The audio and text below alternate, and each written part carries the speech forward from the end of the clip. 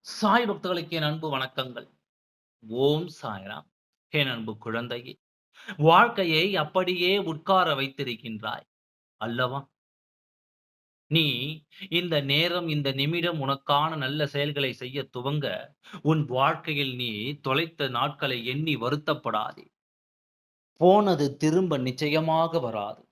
இப்பொழுது இந்த நொடியானது உனக்கு கிடைத்திருக்கும் மிகப்பெரிய வரம். அதை பயன்படுத்திக் கொள். எதிர்காலத்தை நீ எப்பொழுதும் நினைத்துப் பார்க்காதே. ஏனென்றால், நிகழ்காலத்தில் நீ செய்யப் போகும் ஒவ்வொரு விஷயம்தான் நீ எதிர்காலத்தில் அழகாக ஒரு வாழ்க்கையை உருவாக்கும். இப்பொழுது நீ கல்லெடுத்து வைத்தால் தான் எதிர்காலத்தில் ஒரு வீடாக அது மாறும். கொஞ்சம் கொஞ்சமாக இப்பொழுது கவலைப்பட்டுக் கொண்டு இருந்தால், எதிர்காலத்தில் நீ எப்பொழுதும் ஒரு ஆளாகுவது, எப்பொழுது உனக்கான சந்தோஷத்தை நீ உருவாக்குவது. அதனால் சொல்கின்றேன், புரிந்து கொள். இப்பொழுது ஓடத் துவங்க ஆரம்பி.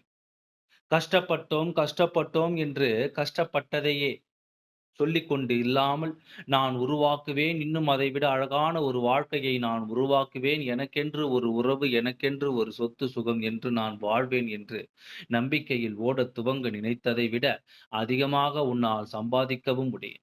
நிறைய விஷயங்களை உன்னால் சாதிக்கவும் முடியும். எப்பொழுது ஒன்று தெரிந்து கொள்ளுங்கள்.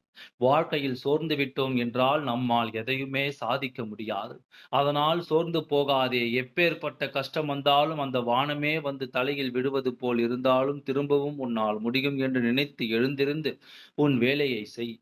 இப்பொழுது கூட நான் பேசும்பொழுது கண் கலங்கித்தான் இருக்கின்றாய். கண் கலங்காதே. உன்னால் முடியாதது எதுவும் கிடையாது. எழுந்து உன்னுடைய செயலை நீ செய்ய ஆரம்பி. நிச்சயமாக உனக்கான உதவிகள் என்னிடமிருந்து கிடைக்கும்.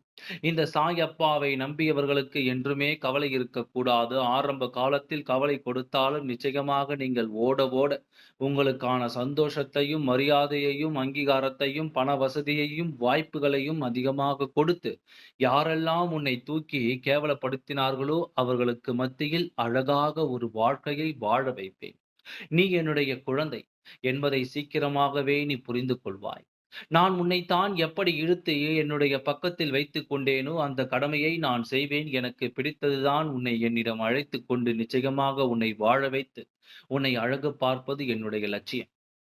உனக்கு எப்படி உன்னுடைய செயல் வெற்றியடைவது ஒரு லட்சியமோ, அதுபோல இந்த சாய் அப்பாவிற்கு உன்னையே உன்னுடைய ஆசையில் நல்ல இடத்தில் வந்து அமர வைப்பது, இந்த சாய் அப்பாவின் லட்சியமாக இருக்கும். தைரியமாக இரு. என்னால் உனக்காக என்னுடைய ஆசீர்வாதம், அனுகிரகம் எப்பொழுதும் அரவணைப்பும் இருந்து கொண்டே இருக்கும். ஓம் சாய்ராம். நன்றி. வணக்கம்.